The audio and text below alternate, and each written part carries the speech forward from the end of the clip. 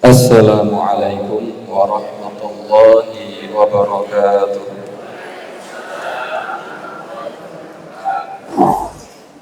Alhamdulillahi rabbil alamin.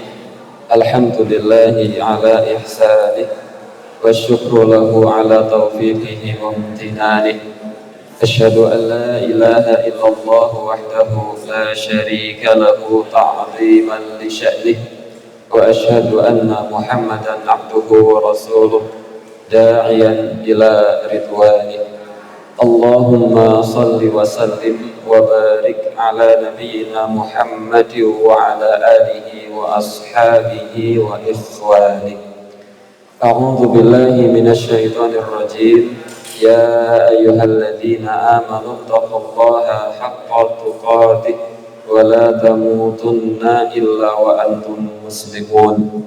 Rabbi shrah li sadri wa yassir li amri wahlul 'uqdatam min lisani yafqahu qawli. Allahumma 'allimna ma yanfa'una wanfa'na bima 'allamtana wa zidna 'ilma. Amma ba'd, ikhwani fillah rahimani wa rahimakumullah.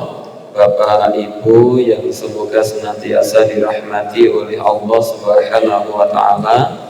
Puji dan syukur senantiasa kita panjatkan kehadirat Allah Subhanahu wa taala atas segala limpahan nikmat yang Allah Subhanahu wa taala telah limpahkan kepada kita semua. Di antara kenikmatan yang Allah Subhanahu wa taala telah limpahkan kepada kita semua adalah nikmat sehat, nikmat sempat, lajeng niat banjur menyat kalian mangkat. Rasul sallallahu alaihi wasallam pernah bersabda tentang kenikmatan sehat dan sempat ini. Kata Rasul, ni'matani makhbunun fihima katsirun minan nas. Ada dua kenikmatan, yang dua kenikmatan ini paling sering dilupakan oleh manusia. Kata Nabi, yang pertama adalah as-sihhatu, nikmat sehat, wal farahu, dan nikmat waktu luang atau nikmat sempat. Sampai kemudian Rasul Shallallahu Alaihi Wasallam menjelaskan tentang bagaimana luar biasanya nikmat sehat. Kata Nabi Shallallahu Alaihi Wasallam, as-sihhatu tajun ala ru'usil as-sihha.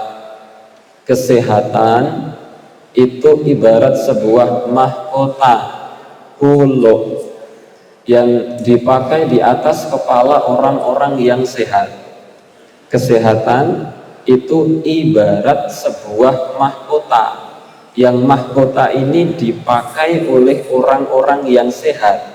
La yaraha illal mardha, yang mahkota itu tidak bisa dilihat kecuali oleh orang-orang yang sakit. Oleh karenanya, bahwa orang yang bisa merasakan kenikmatan sehat dan mengetahui serta menyadari itu adalah orang-orang yang sedang sakit. Mereka lah orang-orang yang kemudian paham seperti apa nikmat sehat. Orang yang sehat itu mereka menikmati kesehatan, tetapi terkadang mereka belum memahami dan tidak menyadari kalau dirinya sedang sehat. Nah, orang-orang yang kemudian paham dan menyadari bagaimana luar biasanya nikmat sehat, itu adalah orang-orang yang sedang sakit. Oleh karenanya, sering kita sampaikan bahwa satu orang sehat itu punya 1000 keinginan. Itu satu orang sehat punya 1000 keinginan. Tapi 1000 orang sakit cuma punya satu keinginan, apa? Sehat. Kula panjenengan menawi tindak wonten griya sakit lajeng tangleti piyantun ingkang saweg gerah menika. pengen apa, pokoknya orang pengen apa-apa, yang penting aku sehat. Makanya satu orang sehat itu punya 1000 keinginan. Menawi kala panjenengan niku saweg sehat, niku biasanya kekarepane niku pirang-pirang. Satu orang sehat itu memang punya 1000 keinginan, tetapi 1000 orang sakit itu punya satu keinginan, yaitu sehat. Oleh karenanya tadi kita sampaikan satu lafaz yang luar biasa, as-sihhatu tajun ala ru'usil as-sihha, bahwa sebuah kesehatan itu laksana sebuah mahkota yang dipakai oleh orang-orang yang sedang sehat. La yaraha illal marda, yang mahkota kesehatan ini tidak bisa dilihat kecuali oleh orang-orang yang sedang sakit. Maka benar-benar kemudian kita bersyukur kepada Allah Subhanahu wa Ta'ala, kita memuji Allah Subhanahu wa Ta'ala atas segala kenikmatan yang Allah berikan. Di antara kenikmatan yang Allah berikan itu adalah nikmat sehat, nikmat sempat. Oleh karenanya kenikmatan sehat, kenikmatan sempat ini kita gunakan untuk kebaikan, kita gunakan untuk ketaatan kepada Allah Subhanahu wa Ta'ala. Salawat dan salam semoga senantiasa tercurahkan, terlimpahkan kepada panutan kita, teladan kita, pemimpin kita, Nabi Agung Muhammad sallallahu alaihi wasallam, keluarganya, sahabat-sahabatnya, para tabi'in, tabi'un tabi'in, dan seluruh umatnya yang istiqomah menjalankan agama Islam. Dan kita berharap kepada Allah Subhanahu wa Ta'ala, semoga Allah Subhanahu wa Ta'ala memasukkan kita dalam barisan orang-orang yang Allah ridhoi menjadi umatnya Nabi Muhammad sallallahu alaihi wasallam. Ikhwani fillah rahimani wa rahimakumullah, Bapak Ibu yang semoga senantiasa dirahmati oleh Allah Subhanahu wa Ta'ala, pangapunten dalam lenggah wonten mriki atase kula ingkang paling enem. Boten napa-napa nggih, boten napa-napa. Nabi Musa niku sampun nabi berguru kalian Nabi Khidir. Nggih to nika? Nabi Musa pernah mencari ilmu kepada Nabi Khidir atas perintah dari Allah. Kula tanglet, Nabi Musa kalih Nabi Khidir niku langkung sae sinten? Wis dantene sae. Ning langkung sae sinten? Nabi Musa napa Nabi Khidir? Nabi Musa. Nabi Musa itu termasuk dalam 25 nabi dan rasul yang namanya tercatat secara jelas dalam Al-Quran. Sementara Nabi Khidir tidak. Nabi Khidir yang tercatat dalam Al-Quran hanya kisahnya, tetapi nama Khidir itu tidak ada dalam Al-Quran, hanya disebut dalam hadis. Nabi Musa disebut, menunjukkan bahwasanya Nabi Musa lebih mulia daripada Nabi Khidir. Nabi Musa itu bahkan masuk dalam kategori Nabi Ulul Azmi. Nabi Khidir tidak. Nabi Musa itu mendapatkan julukan Kalimur Rahman, orang yang pernah berbicara kepada Allah dengan langsung. Nabi Khidir tidak. Nabi Musa alaihi salam, Allah Subhanahu wa Ta'ala berikan wahyu berupa kitab Taurat. Nabi Khidir tidak. Nabi Musa Allah berikan mukjizat yang banyak, jumlahnya sampai 9, yang besar-besar, sebagaimana Allah firmankan, walaqad ataina Musa tis'a ayatin bayyinat, kami berikan kepada Nabi Musa 9 mukjizat. Nabi Khidir tidak. Berarti langkung sae Nabi sinten? Nabi Musa. Meskipun Nabi Musa lebih mulia dibandingkan dengan Nabi Khidir, toh begitu Nabi Musa pernah mencari ilmu kepada Nabi Khidir. anggap mawon bapak ibu niku Nabi Musa, kula Nabi Khidir. Meskipun Nabi Musa lebih mulia daripada Nabi Khidir, toh Nabi Musa pernah kolo-kolo mencari ilmu kepada Nabi Khidir, dan itu dibenarkan oleh Allah Subhanahu wa taala. Ikhwani fillah rahimani wa rahimakumullah, pagi hari ini sedikit kita akan mengingat apa yang kemudian menjadi hal yang sudah sering kita baca dan menjadi kewajiban kita, yaitu tentang kalimat syahadat, bahwa seorang mukmin diwajibkan oleh Allah untuk senantiasa membaca kalimat syahadat, khususnya ketika sholat, yaitu pada waktu tasyahud, baik tasyahud awal maupun tasyahud akhir. Dan itulah kenapa duduknya dikatakan sebagai duduk at-tasyahud, karena di sana ada syahadah, ada persaksian, yaitu asyhadu an la ilaha illallah wa asyhadu anna muhammadan abduhu wa rasuluh. Kita akan fokus pada kalimat syahadat yang kedua, yaitu wa asyhadu anna muhammadan abduhu wa rasuluh. Dan aku bersaksi bahwa Nabi Muhammad sallallahu alaihi wasallam adalah hamba dan utusan Allah Subhanahu wa taala.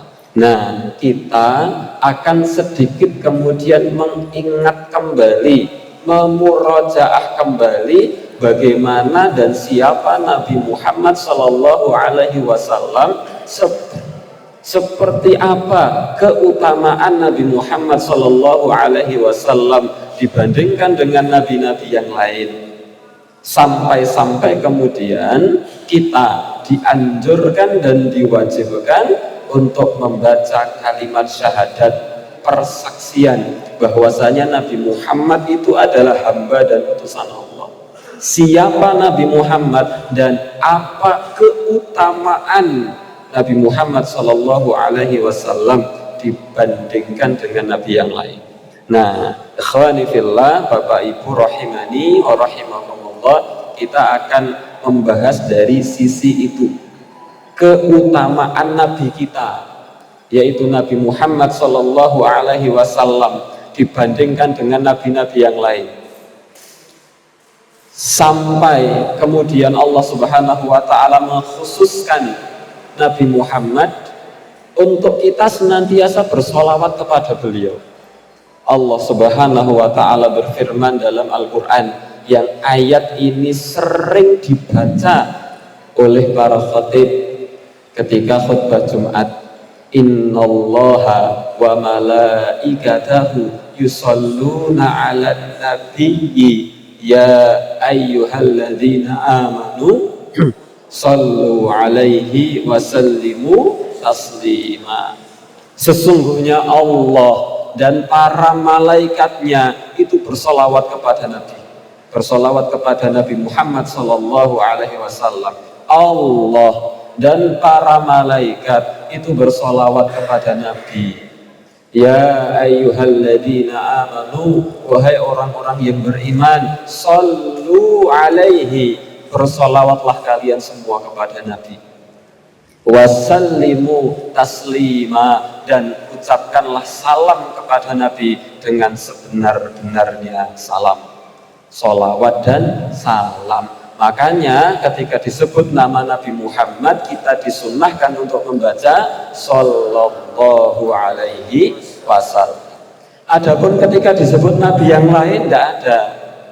Nabi Musa sallallahu alaihi wasallam boten, Nabi Adam sallallahu alaihi wasallam tidak ada keharusan untuk itu.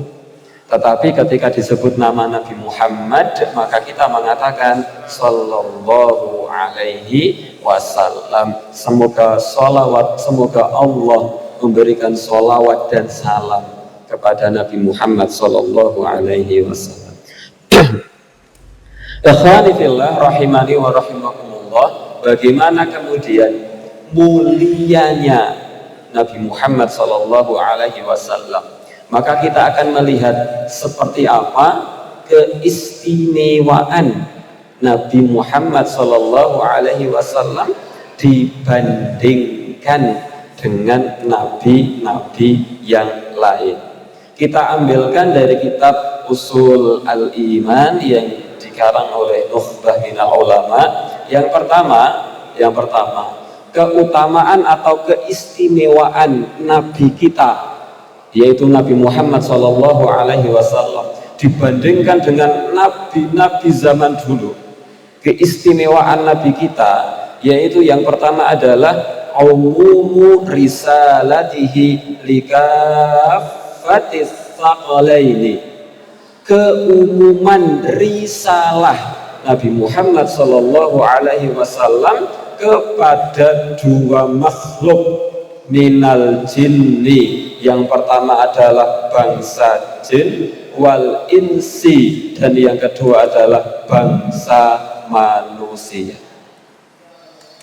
Fala yasa'u ahadan minhum illa ittiba'uhu wal imanu birisalatihi.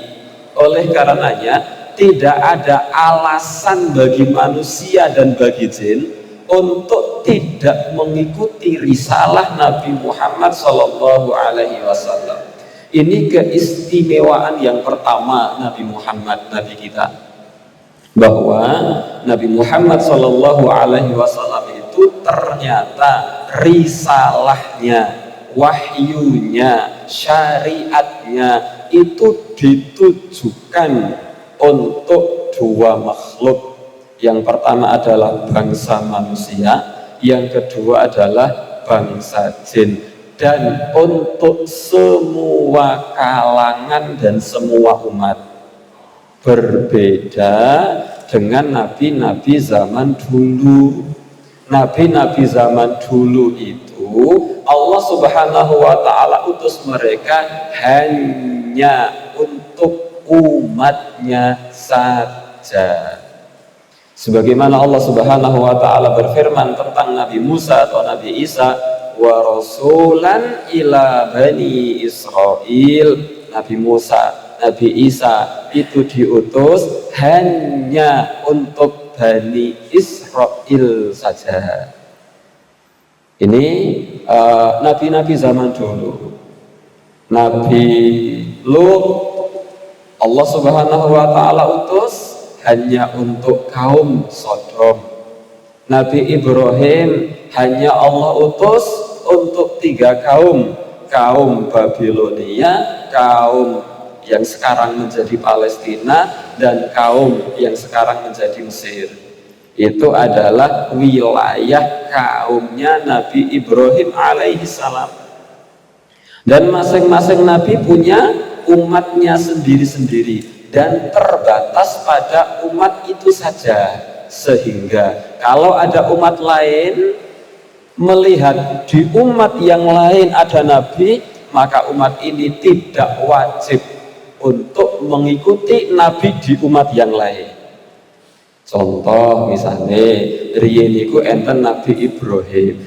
Nabi Ibrahim Allah Subhanahu wa Ta'ala utus wonten Babilonia, kalian Palestina, kalian Mesir.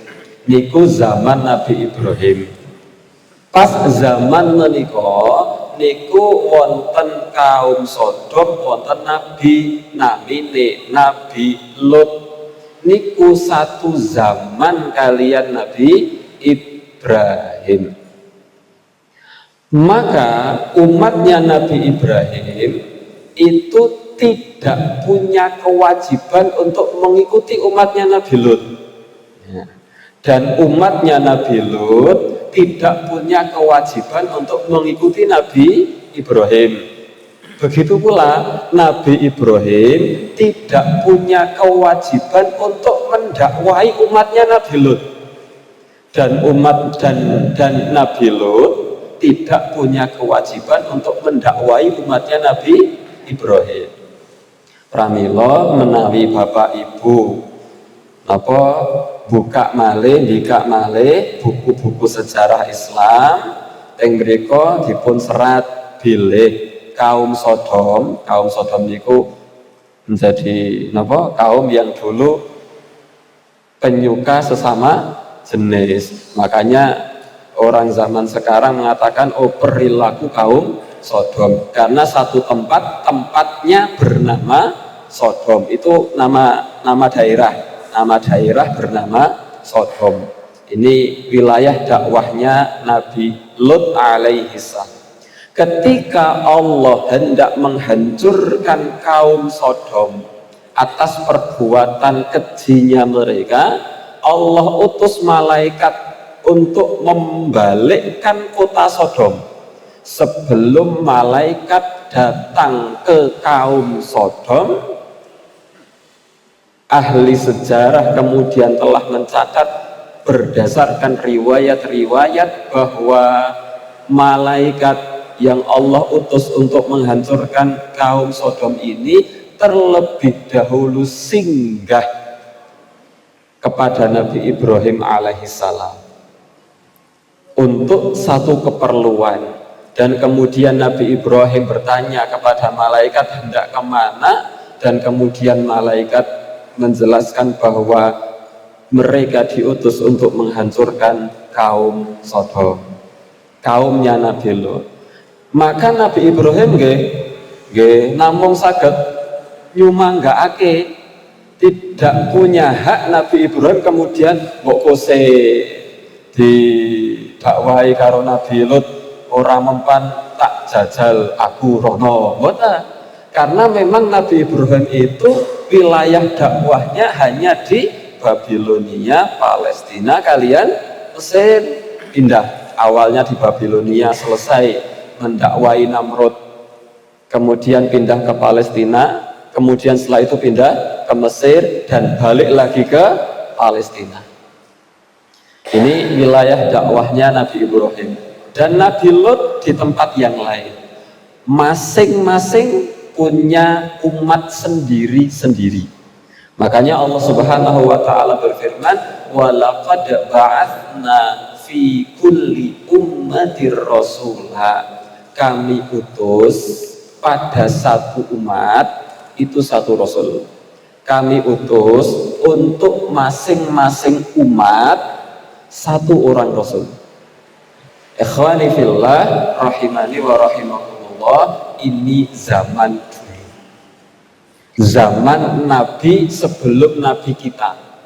Adapun Nabi kita yaitu Nabi Muhammad sallallahu alaihi wasallam diutus tidak hanya untuk umat tertentu, boten namung diutus kagem masyarakat Arab mawon, boten, tetapi Nabi Muhammad diutus untuk semua umat, semua zaman, bahkan diutus pula kepada bangsa jin. Maka kalau kemudian ditanya, apakah bangsa jin juga diutus Rasul? Iya.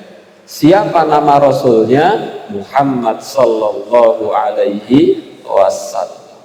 Nabi Muhammad itu diutus kepada bangsa manusia dan kepada bangsa jin. Maka kemudian ketika kita buka kembali Al-Quran, surat Al-Jin, surat Al-Jin juz yang ke-29, Allah Subhanahu wa taala berfirman bahwa qul uhiya ilayya annahu istama'a nafarum minal jinni faqalu inna sami'na qur'anan ajaba. Ada sekelompok jin, sekelompok jin ini seneng sinau.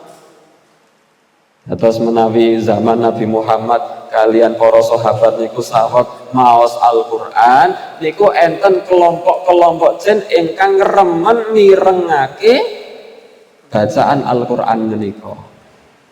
Dan mereka mengatakan inna sami'na Qur'anan ajaba. Kami sungguh mendengar Al-Qur'an yang menakjubkan.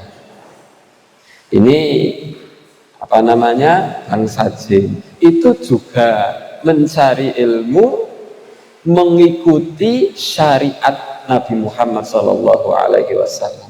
Maka Allah Subhanahu wa taala juga berfirman dalam surat Al-Jin. Surat Al-Jin menika panci surat ingkang isine niku ningkasaken babagan urusan-urusan jin. Niku surat Al-Jin juz yang ke-29 agak akhir. Allah juga berfirman menceritakan tentang perkataan para jin. Para jin itu mengatakan wa anna minnas salihuna wa minna duna dzalik. Kata para jin yang Allah firmankan dalam Al-Quran, jin mengatakan kami itu ada jin-jin yang salih, wa anna minnas salihun, kami bangsa jin itu juga ada orang-orang yang salih. Itu kan orang-orang yang salih, jin-jin yang salih. Wa minna duna dzalika, dan di antara para jin kami itu juga ada orang-orang yang enggak salih, yang ahli maksiat, yang suka durhaka ada. Kunna qara'iqa qidada, masing-masing kami memilih jalan hidupnya sendiri-sendiri. Dan itu sebagaimana manusia. Manusia ada yang salih, ada yang ahli maksiat, ada yang mukmin beriman, dan ada yang tidak beriman. Masing-masing manusia menempuh jalan hidupnya sendiri-sendiri. Ada yang mau ngaji ban rebo enjing niku nggih enten sing mboten purun ngaos. Masing-masing memiliki jalan hidup pilihannya sendiri-sendiri. Para jin juga seperti itu. Kunna qara'iqa qidada, itu yang Allah firmankan dalam Al-Quran surat Al-Jin. Mangke menawi sampun dugi griya saged dibuka malih kalian terjemahane, syukur-syukur kalian tafsiri. Tafsir sakniki niku nggih sampun kathah ingkang sampun dipun terjemahake wonten bahasa Indonesia. Ikhwani fillah rahimani wa rahimakumullah, inilah yang pertama keistimewaan Nabi Muhammad, bahwa Nabi Muhammad Shallallahu Alaihi Wasallam itu diutus kepada bangsa manusia, kepada bangsa jin, kepada umat bangsa Arab, umat bangsa semuanya, tidak terbatas ruang dan waktu, bahkan diutus sampai hari kiamat. Berbeda pula dengan Nabi zaman dulu. Nabi zaman dulu itu terbatas tempat, terbatas waktu. Itu Nabi zaman dulu. Ini konsep keimanan kepada para nabi yang harus kita imani. Nabi zaman dulu itu diutus kepada satu umat dan pada waktu tertentu saja. Contoh, Nabi Musa itu diutus hanya untuk Bani Israel. Waktunya kapan? Zaman hidupnya Nabi Musa, kemudian setelah beliau meninggal, sampai diutusnya Nabi Isa alaihissalam. Setelah Nabi Isa diutus, maka syariat Nabi Musa sudah tidak berlaku lagi. Karena masa kenabian Nabi Musa itu ada masa selesai. Bahasane makanan itu kadalu warsa. Kedalu warso, warsone niku pun dalu, kedalu warso. Hanya syariat Nabi Muhammad Shallallahu Alaihi Wasallam yang batas kadalu warsanya itu adalah sampai hari kiamat. Sebelum kiamat syariat Nabi Muhammad tetap berlaku. Ikhwani fillah, ini istimewanya Nabi Muhammad Shallallahu Alaihi Wasallam. Beliau diutus kepada semua umat sampai akhir zaman, bahkan diutus kepada bangsa manusia dan bangsa jin. Ini Nabi Muhammad Shallallahu Alaihi Wasallam. Sebagaimana Allah Subhanahu Wa Taala firmankan dalam Al-Quran surat Al-Furqan ayat yang pertama, Allah berfirman, Tabarakalladzi nazzala al-furqana ala abdihi liyakuna lil alamina nadhira. Maha suci, maha mulia Allah Subhanahu wa ta'ala, zat yang nazzalal furqan, zat yang telah menurunkan al-furqan atau Al-Quran ala abdihi, kepada hambanya yaitu Nabi Muhammad sallallahu alaihi wasallam, liyakuna, agar Nabi Muhammad itu jadi apa? Nadhira, pemberi peringatan. Bagi siapa? Lil alamina, bagi semesta alam. Imam Ibnu Abbas radhiyallahu anhuma, beliau berkata, al-alamin, maksud dari al-alamin al-jinnu wal insu, yaitu jin dan manusia. Ini makna alamin yang dijelaskan oleh sahabat Nabi Imam Ibnu Abbas radhiyallahu anhu ketika beliau menjelaskan tafsir dari ayat ini. Nabi Muhammad diutus kepada alam semesta. Maksud alam semesta itu mencakup manusia dan jin. Ini penjelasan dari Ibnu Abbas, pakar mufassir zaman Nabi Shallallahu Alaihi Wasallam. Juga berdasarkan sabda Nabi Muhammad Shallallahu Alaihi Wasallam yang diriwayatkan oleh Imam Muslim, Rasulullah Shallallahu Alaihi Wasallam bersabda, "Fuddiltu 'alal anbiya'i bisittin." Aku diistimewakan dari sekian banyak nabi, diistimewakan dengan 6 perkara. Salah satunya Nabi bersabda, wa ursiltu ilal khalqi kaffah, dan aku diutus kepada semua makhluk semuanya, yaitu manusia dan jin. Ini sabda Nabi Muhammad Sallallahu Alaihi Wasallam. Yang pertama, keistimewaan Nabi Muhammad Sallallahu Alaihi Wasallam.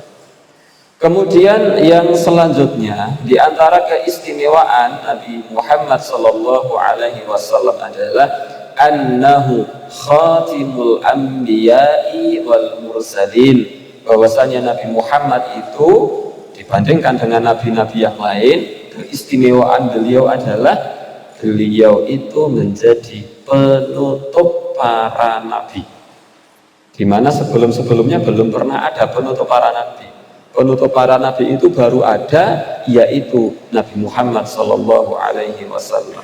Kama dallat ala dzalika nusus, bagaimana nas baik dari Al-Quran maupun dari hadis Nabi menjelaskan tentang perkara itu. Allah Subhanahu wa ta'ala berfirman dalam Al-Quran surat Al-Ahzab ayat yang ke-40. Al-Ahzab 40, Allah berfirman, "Ma kana Muhammadun aba ahadin mir rijalikum." Nabi Muhammad itu bukanlah bapak seorang laki-laki di antara kalian. Walakin Rasulullah, tetapi Nabi Muhammad itu adalah Rasul Allah, utusan Allah. Wa khataman nabiyyin, dan penutup para nabi. Ini firman Allah dalam Al-Quran surat Al-Ahzab 40. Nabi Muhammad niku penutup para nabi. Pramila menawi enten sak sampune Nabi Muhammad kok enten piyantun ingkang ngaku-ngaku nabi, boten usah dipun teliti, tak teliti se, tak didelok-delok se, pun mesti niku nabi palsu. Soalnya Nabi Muhammad itu nggih penutup para nabi, namine niku penutup. Nek pun ditutup niku nggih pun boten enten malih. Ono nabi nang kono sik tak tiliki tenan apa ora, wis mesti mboten tenan, mesti palsu, tidak perlu ada penelitian, itu pasti nabi palsu, karena kenabian itu telah selesai dengan selesainya tugas Nabi Muhammad Sallallahu Alaihi Wasallam. Ini sebagaimana Allah firmankan tadi dalam Al-Quran surat Al-Ahzab ayat yang ke-40. Ikhwani fillah rahimani wa rahimakumullah. Itu yang kedua, keistimewaan Nabi Muhammad yang kedua itu adalah Nabi Muhammad penutup para nabi. Ini keistimewaan dibandingkan dengan nabi-nabi yang lain, di mana nabi-nabi yang lain tidak seperti itu. Kemudian yang ketiga, keistimewaan Nabi Muhammad, di mana keistimewaan ini tidak dimiliki oleh nabi-nabi sebelum Nabi Muhammad SAW. Yang ketiga adalah annallaha ayyadahu bi'a'dhami mu'jizatin. Allah itu memberikan kepada Nabi Muhammad mukjizat yang ini mukjizat terbesar lintas ruang, lintas waktu, itu Al-Quran. Mukjizat Nabi Muhammad yaitu Al-Quran. Kalamullah, firman Allah, al-mahfudhu, yang terjaga, minat taghyiri wa tabdili, dari pengubahan dan pengubahan dan kekeliruan, terjaga. Al-Quran Allah jaga dari kekurangan, dari pengubahan dan dari kekeliruan. Sebagaimana Allah berjanji, Allah sendiri yang berjanji bahwasanya Allah, inna nahnu nazzalna dzikra wa inna lahu lahafizun, kami yang menurunkan Al-Quran dan kami pula yang menjaganya.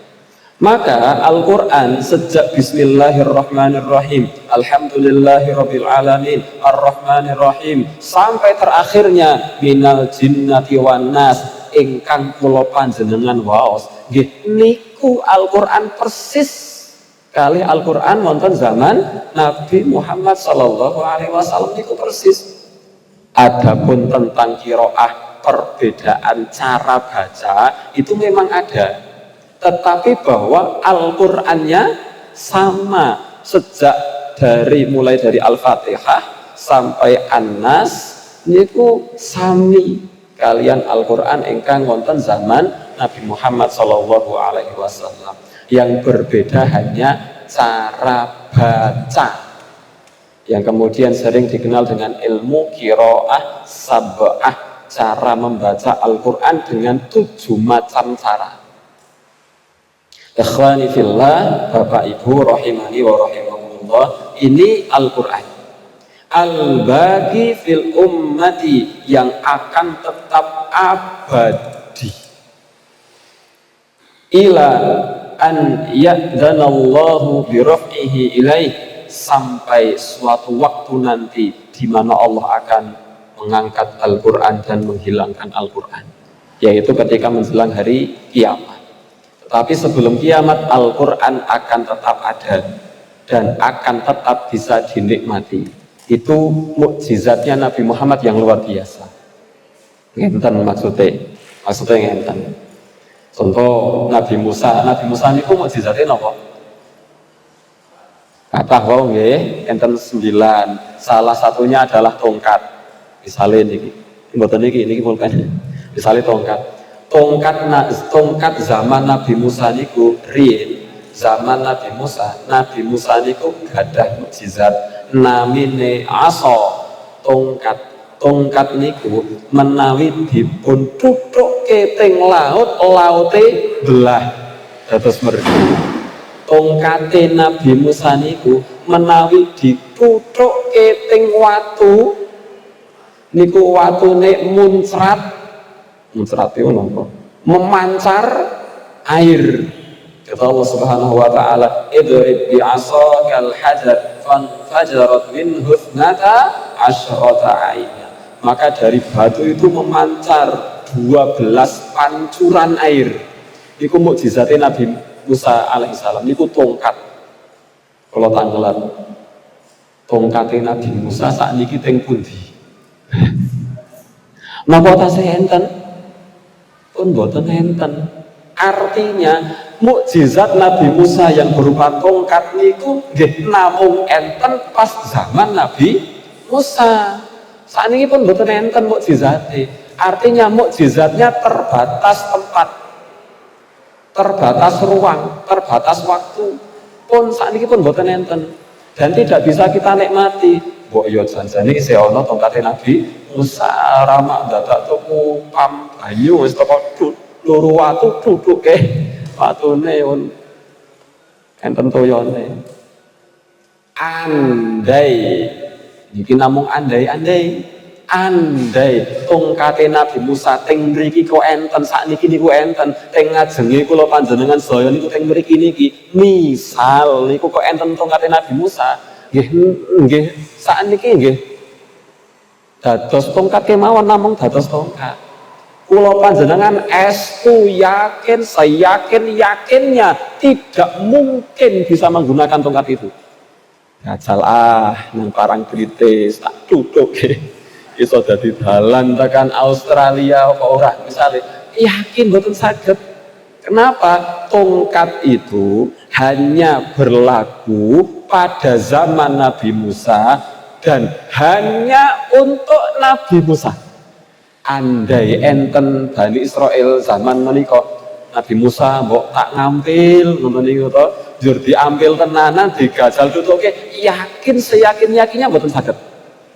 Itu hanya berlaku di zaman itu dan hanya berlaku untuk Nabi Musa. Dan luar biasa lagi uniknya, Nabi Musa menggunakan tongkat itu nggih namung sepindah tok til. Belah laut niku nggih namung sepindah. Nabi Musa niku nggih mboten pirsa menawi kok tongkate niku saged damel belah laut niku. Nabi Musa nggih mboten pirsa, niku mukjizat. Dados mukjizat niku mboten saged dipun pelajari, tak latihan sik gawe ngadepi Firaun. Tuk burung dadi tuk piye acarane mboten. Nabi Musa niku namung ngestokaken dawuh Gusti Allah, dawuh idrib bi'asakal bahar, wahai Musa, lautan itu pukul dengan tongkatmu. Nabi Musa nggih namung sami'na wa ata'na, duduk keduk. Ternyata kemudian menjadi jalan. Andai Nabi Musa bar niku kok njur badhe gajal malih, kok iso ya tak gajal meneh. Nabi Musa kok badhe gajal malih, nggih mboten saged. Niku khusus untuk Nabi Musa di zaman itu dan di waktu itu. Niku nek tongkate Nabi Musa, dan semua mukjizat seperti itu benten nek Al-Qur'an. Sakniki Al-Qur'an iki tasih enten, malah dados kathah sing nggunakake Al-Qur'an niku namung Nabi Muhammad. Napa kula panjenengan saged nggunakake Al-Qur'an? Kula panjenengan saged nggunakake Al-Qur'an. Dados mukjizat yang abadi, yang menggunakannya, yang orang yang menggunakannya itu semua orang bisa menggunakan, itu hanya mukjizat Nabi Muhammad yang berupa Al-Qur'an. Ini istimewanya Nabi Muhammad, punya mukjizat yang mukjizatnya itu abadi, lintas ruang, lintas zaman, lintas dimensi. Niki keistimewaan Nabi Muhammad Sallallahu Alaihi Wasallam dibandingkan dengan Nabi yang lain. Yang keempat, keistimewaan Nabi Muhammad Sallallahu Alaihi Wasallam yang keempat dibandingkan dengan nabi-nabi yang lain. Niki wau sampun bisik-bisik keranten wau apa nilai rati maju mundur segede anjur niki penutupannya nggih rati mundur segede. Yang keempat, keistimewaan Nabi Muhammad dibandingkan dengan nabi yang lain. Anna ummatahu khairul umami, bahwasanya umatnya Nabi Muhammad, umatnya Nabi Muhammad itu nggih insyaallah kula panjenengan menika. Umatnya Nabi Muhammad itu adalah khairul umami, sebaik-baik umat. Nabi Adam punya umat sendiri, Nabi Idris punya umat sendiri, Nabi Nuh punya umat sendiri, Nabi Shalih punya umat sendiri, Nabi Hud, Nabi Yusuf, Yunus, Zakaria, Yahya, Nabi Dawud, Sulaiman, itu punya umat masing-masingnya. Dan Nabi Muhammad punya umat, termasuk kita. Nah, umatnya Nabi Muhammad itu adalah umat terbaik dibandingkan dengan nabi-nabi yang lain, dibandingkan dengan umat-umat nabi yang lain. Allah Subhanahu wa taala berfirman dalam Al-Qur'an surat Ali Imran ayat 110.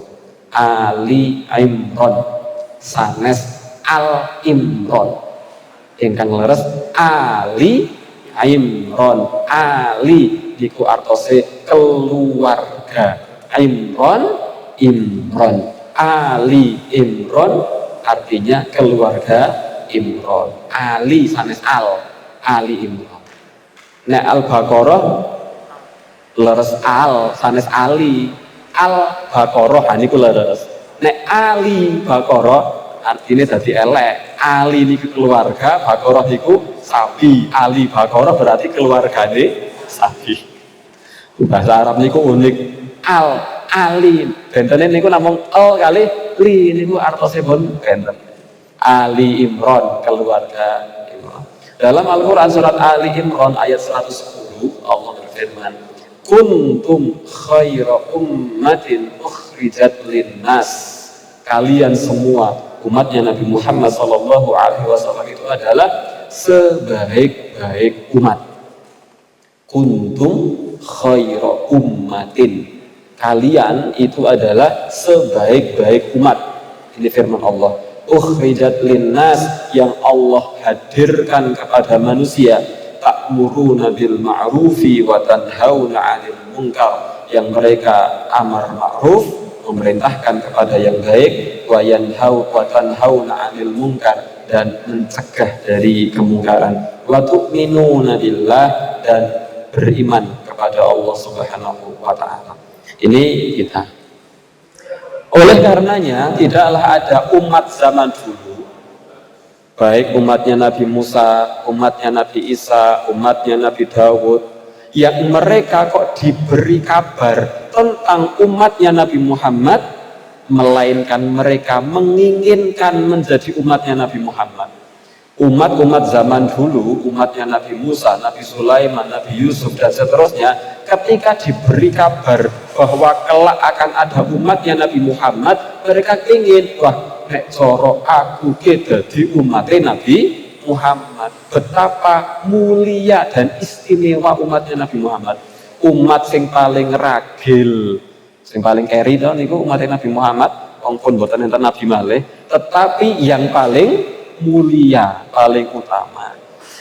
Ikhwani fillah, Rasul sallallahu alaihi wasallam bersabda dalam hadis yang diriwayatkan oleh Imam Bukhari dan Imam Muslim dari Abdullah bin Mas'ud radhiyallahu anhu, beliau pernah berkata, kunna ma'an nabiyyi fi Qubbah, kami pernah bersama Nabi sallallahu alaihi wasallam di Kuba, masjid yang pertama kali dibangun, yaitu Masjid Kuba.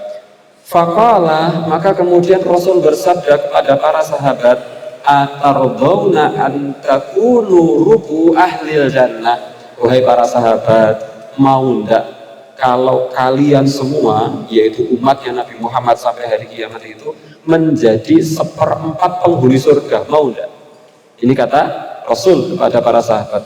Artinya 1/4 penghuni surga besok niku umatnya Nabi Muhammad. Sing 3/4 niku umatnya Nabi Adam, Nabi Idris, Nuh, Hud, Saleh, Ibrahim, Lut, Ismail, Ishak, Yakub, Yusuf, Ayub, Suhaib, Musa, Harun, Zulkifli, semuanya dicampur niku 3/4. Sing umatnya Nabi Muhammad niku 1/4. Kalian suka tidak? Kata Nabi kepada para sahabat. Kata para sahabat, na'am ya Rasul, kami suka kalau jumlah kami menjadi 1/4-nya penghuni surga. Kata Nabi Muhammad sallallahu alaihi wasallam, atardawna an takunu thulutha ahlil jannah, mau enggak kamu semuanya menjadi 1/3 penghuni surga, yang 2/3-nya umat yang lain? Kata para sahabat, na'am wahai Rasul, kami suka kalau kami menjadi 1/3 penghuni surga. Berarti engkang mlebu swarga niku kathah umat Nabi Muhammad itu sing mlebu swarga niku kathah. Qala, Rasul bersabda, atardawna an takunu syatra ahlil jannah, mau ndak kalau kalian menjadi setengahnya penghuni surga? Kata para sahabat, "Na'am, ya Rasul, kami mau." Kata Rasul, "Walladzi nafsu Muhammadin biyadihi." Demi zat, demi Allah yang jiwaku berada dalam genggamannya, inni la arju an takunu nisfa ahlil jannati. Aku benar-benar berharap kalian menjadi setengahnya penghuni surga. Terus teng swarga niku setengahe niku umate Nabi Muhammad. Sing setengahe niku gabungan umate Nabi Adam, Idris, Nuh, Hud, Soleh, Ibrahim, Lut, Ismail, Ishak, Yakub, Yusuf, Ayub, Syuaib, Musa, Harun, Dzulkifli, Dawud, Sulaiman, Ilyas, Ilyasa, Yunus, Zakaria, Yahya, Isa, digabung umate itu setengah swarga. Nah, terus niki setengah malih niku umate Nabi Muhammad sallallahu alaihi wasallam. Ini diantara keistimewaan Nabi Muhammad sallallahu alaihi wasallam dibandingkan dengan nabi-nabi yang lain. Kemudian yang selanjutnya, barangkali yang terakhir, keistimewaan Nabi Muhammad sallallahu alaihi wasallam dibandingkan dengan nabi-nabi yang lain adalah annahu sahibul wasilah, bahwasanya Nabi Muhammad itu adalah pemilik wasilah. Apa itu wasilah? Wasilah itu ada banyak makna. Salah satu maknanya adalah darajatun aliyatun fil jannati, sebuah tempat yang tertinggi di dalam surga. La takunu illa li'abdin wahidin, yang satu tempat ini hanya akan dimiliki oleh satu orang saja. Kula panjenengan pun boten usah ngarep-arep. Satu tempat, karena hanya akan dimiliki oleh satu orang, tidak bisa dua, hanya satu orang saja yang akan menempati posisi ini, namanya wasilah. Dan satu posisi ini namanya wasilah, itulah yang akan ditempati oleh Nabi Muhammad sallallahu alaihi wasallam. Makanya ketika kita mendengarkan adzan, kemudian disunahkan untuk menirukan Allahu Akbar, Allahu Akbar, Allahu Akbar, Allahu Akbar. Lah ngoten niku to. Lajeng ketika la ilaha illallah, la ilaha illallah, ada sunnah untuk doa Allahumma rabba hadhihi da'wati tammah wassalatil qa'imah ati Muhammadanil wasilata wal fadilah wab'athu maqaman mahmudan alladhi wa'adtah. Di doa itu ada satu kalimat gitu, ati Muhammadanil wasilah. Ati itu adalah fi'il amr dari atayati. Ya Allah, berikan kepada siapa? Muhammadan, berikanlah kepada Nabi Muhammad. Apa yang diberikan kepada Nabi Muhammad? Al-wasilah, yaitu wasilah. Berikanlah wasilah itu, yaitu sebuah kedudukan tertinggi dalam surga yang hanya akan ditempati oleh satu orang. Berikanlah wasilah itu kepada Nabi Muhammad sallallahu alaihi wasallam. Itu salah satu makna doa yang senantiasa kita baca setelah kita mendengar adzan. Ati Muhammadanil wasilah. Ya Allah, berikanlah kepada Nabi Muhammad wasilah.